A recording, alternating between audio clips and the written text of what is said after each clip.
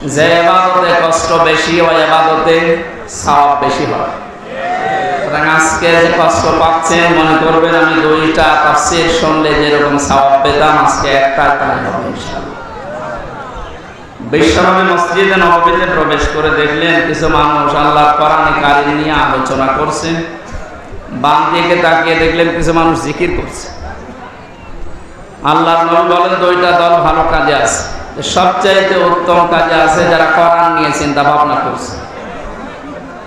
অতএব বিশ্বনবী নিজে তাদের ভেতরে বসে পড়লেন শ্রোতা হয়ে।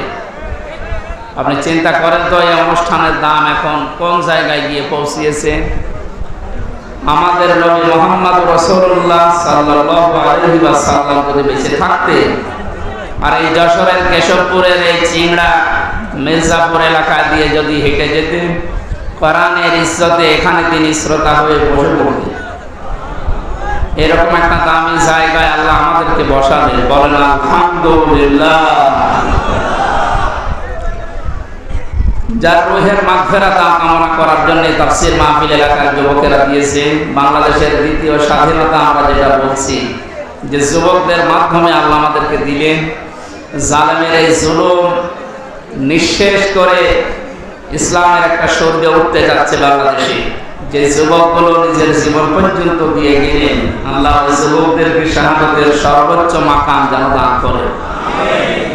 ইহুদি খ্রিস্টান সহ দাদা বাবুদের টাকা পয়সা খেয়ে অনেকে এখন উল্টাপাল্টা কয়েকদিন ধরে বলতেছে শহীদ আবু সাইদ, শহীদ মুগ্ধ, শহীদ আবু রায়হান সহ পুলিশের এই পিছন ভ্যান থেকে যে উপর থেকে একটা ছেলেকে ফেলে দিয়েছিল শহীদ ইয়ামেন, এখনো শহীদ হয়নি মনে হয়, শহীদ হয়ে গেছে।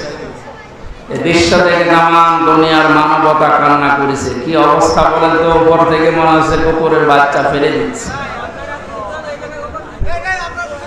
এরপরও জীবন পর্যন্ত দিয়ে যারা আমাদেরকে স্বাধীনভাবে চলাফেরা করার একটা পরিবেশ দিয়ে গেলে তাদের রুহের মাগফিরাত কামনার জন্য এলাকার যুবকেরা এই আয়োজনে আঞ্জাম দিয়েছে। আপনাদেরকে নিয়ে আমরা খুশি। আমরা খুশি হয়ে আল্লাহর কাছে দোয়া করব। তিনি জানিয়েছেন আমার কাছে দোয়া করো, আমি ডাকের সাড়া দেব। সুতরাং তার কথা অনুযায়ী আমরা দোয়া করবো। আজকে কোরআনে কারিম উপস্থাপন যেভাবে করতে হয় আমরা ওইভাবে কোরআন থেকে শিখে বলতে চাই। আল্লাহ পাক বলেন কিতাবুন উনজিলা ইলাইকা ফালা ইয়াকুন ফি সাদরিকা হারাজুম মিনহু লিতুনদিরা বিহি ওয়া যিকরা লিল মুমিনিন। এই একটা কিতাব আপনাকে আমি দিয়েছি, একটু আওয়াজ বাদ দিন। কোরআনের কথা আরম্ভ হলে কথা বলা জায়েজ নেই। চুপ করে থাকা এবং শোনা দুইটাই ওয়াজিব, দুইটাই কি?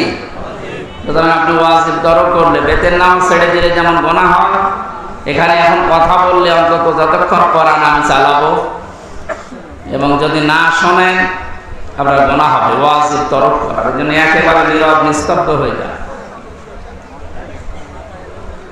পৃথিবীতে কিতাব, এই যে কিতাবুন, এই একটাই মাত্র কিতাব আল্লাহ তার নাম দিয়েছেন কোরআনে কারীম। পৃথিবীতে অন্য যা আছে এগুলো কিতাব নয়, কিতাবের ব্যাখ্যা। এগুলো কি? কারণ একটা কিতাব ফেরেশতারা চেনে, পৃথিবীর কোনো কিতাব আর ফেরেশতারা চেনে না। আমরা এখন এই দেশে বিশেষ করে বাংলাদেশ, ভারত, পাকিস্তান এই তিনটা দেশে যারা দায়ী আল্লাহর কাজ করি অধিকাংশগুলো টেনে বলে যে যেদিকে আছে ওই দিকে টেনে নিয়ে যায় না। কোরআন কিভাবে প্রচার করা লাগে আল্লাহ এই আয়াতে শিখিয়েছে।